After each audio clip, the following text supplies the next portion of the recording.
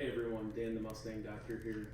Thanks for joining me for another fireside chat. I thought today we'd talk a little bit about fueling.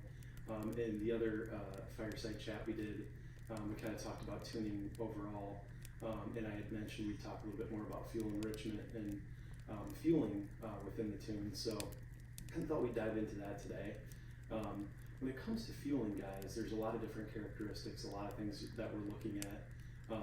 It all depends on if you're upgrading fuel injectors, your fuel pump for fuel pressures, if you're upgrading to a supercharger or a turbocharger and you need more fuel. So we're looking at all kinds of characteristics, and we're customizing that to your build, of course, through data logging and histogram updates. And so we're fully customizing it to your build. But to kind of dive back into fueling, there's really two components of fueling in general. Of course, you've got your idle and your drive cruise fueling that you want to dial in through either the MAF or the MAP sensor. We'll talk about that in a minute. But also you've got your wide open throttle or fuel enrichment fueling, which is really to kind of dive into the differences of those. Your traditional fueling at idle and throughout the RPM curve until you get under wide open throttle is really going to be dictated by either your MAF or your mass airflow sensor curve and parameters, along with short-term and long-term fuel trims, or your MAP sensor adjustments. So we're going to dial in your MAF and or your MAP sensor adjustments to get you a proper stoichiometric idle air-to-fuel ratio and cruise air-to-fuel ratio. But then we're also going to dive into your fuel enrichment, which is when you're under wide open throttle.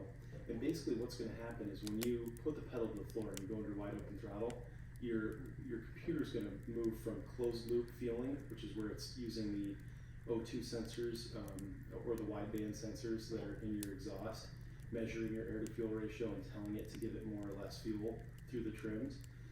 It's going to go from that closed loop circuit to an open loop circuit where it's not going to use those sensors anymore, and it's not going to use short and long-term fuel trims to make adjustments. It's going to go directly to a commanded fuel table, which is that fuel enrichment table. There's a fuel enrichment table for regular octane fuel, and there's one for alcohol, or E85, if you will, or ethanol.